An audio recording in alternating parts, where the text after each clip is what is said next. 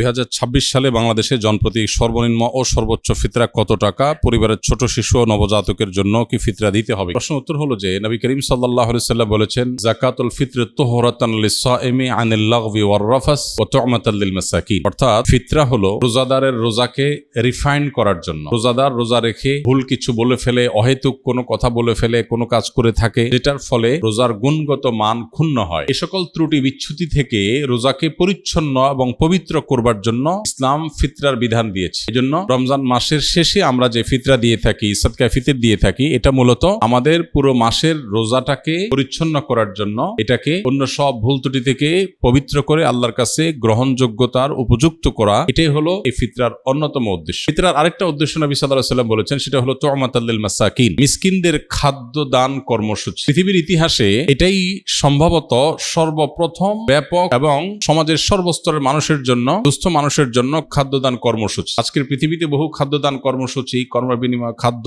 নানান প্রজেক্টের কথা আমরা জানি, কিন্তু ১৫০০ বছর আগে আল্লাহ নির্দেশে নবী করিম সাল্লাল্লাহু আলাইহি ওয়াসাল্লাম রমজানের শেষে সকল রোজাদারদেরকে, সচ্ছল রোজাদারদেরকে যে ফিতরা দেওয়ার নির্দেশ করেছেন, এটার উদ্দেশ্যই হলো যে ঈদের একটি দিন অন্তত সকল অসহায়, দুস্থ, গরিব, অভাবী মানুষের বাসায় খাবারের ব্যবস্থা যেন থাকে। আজও পর্যন্ত পৃথিবীতে যত খাদ্যদান কর্মসূচি আছে, এর কোনোটিকে আল্লাহর দেওয়া ইসলামের এই ফিতরা ব্যবস্থাপনার সাথে কোনোভাবে তুলনা আপনি করতে পারবেন। একযোগে গোটা বিশ্বের এত অভাবী মানুষের খাবার অন্য কোন ইস্যুকে কেন্দ্র করে পৃথিবীর কেউ আজও পর্যন্ত দিতে পারেনি, যেটা রমজানকে ঘিরে ফিতরা কেন্দ্রিক খাদ্যদান কর্মসূচি মুসলমানরা গোটা বিশ্বব্যাপী করে থাকে। এই ফিতরা সম্পর্কে আমাদের অনেকেরই জানার থাকে, এবছর ফিতরা কত, এটার মূল কনসেপ্টটা আমাদের একটু জানা দরকার। ফিতরা কি প্রতি বছর চেঞ্জ হওয়ার জিনিস কিনা? আমরা প্রতি বছর তো ফিতরার দাম, মূল্য নির্ধারণ হয়ে থাকে। তো এটার উত্তর হলো যে ফিতরা যেহেতু খাদ্যদান কর্মসূচি, খাদ্যের পরিমাণ, পরিমাপ এটা শরিয়া ঠিক করে দিয়েছে। খাদ্যের মূল্য দিয়ে যদি ফিতরা আদায় করা হয়, তাহলে সেক্ষেত্রে খাদ্যের মূল্য তো